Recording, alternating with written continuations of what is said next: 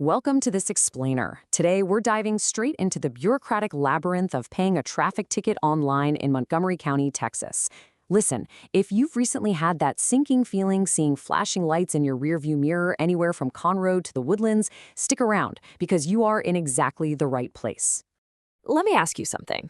Do you think paying your traffic ticket online is just a simple, everyday transaction? You know, a quick administrative chore you just check off your to-do list, right? Up there with paying the water bill or renewing a streaming subscription.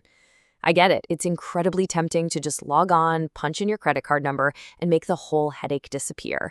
But treating a ticket like a standard bill, that's actually a massive mistake. Here's why. Clicking that pay button, it's actually a formal legal action. Under Texas law, paying your traffic fine in full online constitutes a formal plea of nolo contendere, which basically means no contest or just outright guilty.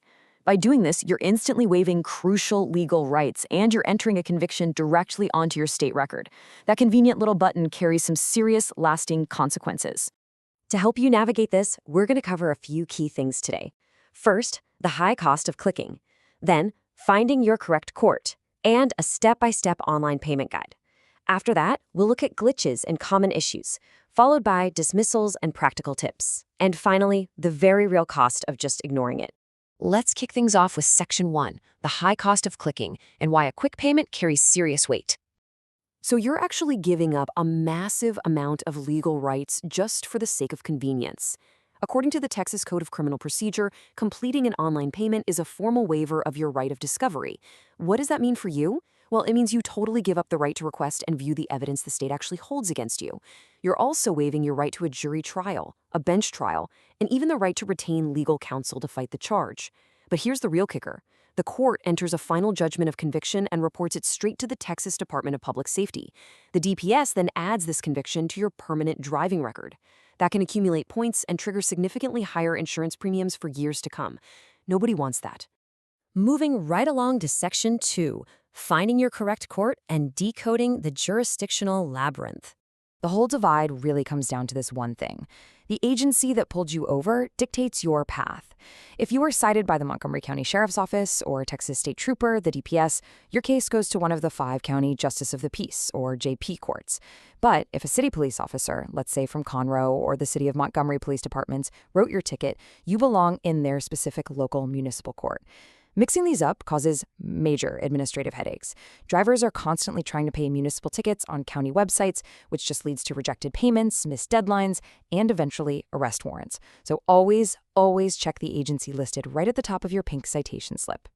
And speaking of being in the wrong place, here's a surprisingly common trap you absolutely need to avoid. When drivers quickly Google Montgomery County Pay Ticket online, the search engines frequently return results from Montgomery County, Maryland. If you land on a portal asking for a 9-digit parking ticket format, stop immediately. You're digitally sitting on the East Coast. You have to ensure you're on an official Montgomery County, Texas payment portal. Okay, Section 3, step-by-step online payment. Let's get into your action plan. The process itself is actually pretty streamlined, once you're in the right place, of course. Step 1 is simply identifying your exact court on the citation.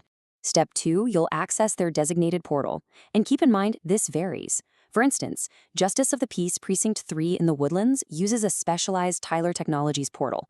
Meanwhile, Precincts 1, 2, and 5 use the general county JP portal or even third-party processors like Doxo. Step 3 involves inputting your search criteria, usually your citation number, driver's license, or sometimes just your license plate. And finally, Step 4 is just executing the payment using a credit or debit card. Now, while we've definitely highlighted the heavy legal implications of paying online, we have to acknowledge why these systems exist in the first place. They offer unmatched speed and efficiency. For commuters traveling up and down the I-45 corridor, paying online literally saves a half-day trip to a physical courthouse. It allows for instant lookup to confirm your balance, and most importantly, an immediate payment instantly clears the system. That prevents the automatic issuance of an arrest warrant for failure to appear. So yeah, it's convenient for a reason. On to Section 4, glitches and common issues. It's time to troubleshoot the maze. So not every court handles things the same way. For example, look at Justice of the Peace Precinct 4 out in New Caney. Unlike other precincts, JP4 does not accept online requests for defensive driving or deferred disposition. No way. You actually have to submit physical, notarized affidavits, a certified driving record, and a $145 cashier's check by mail or in person. It's a totally analog hurdle in a digital world.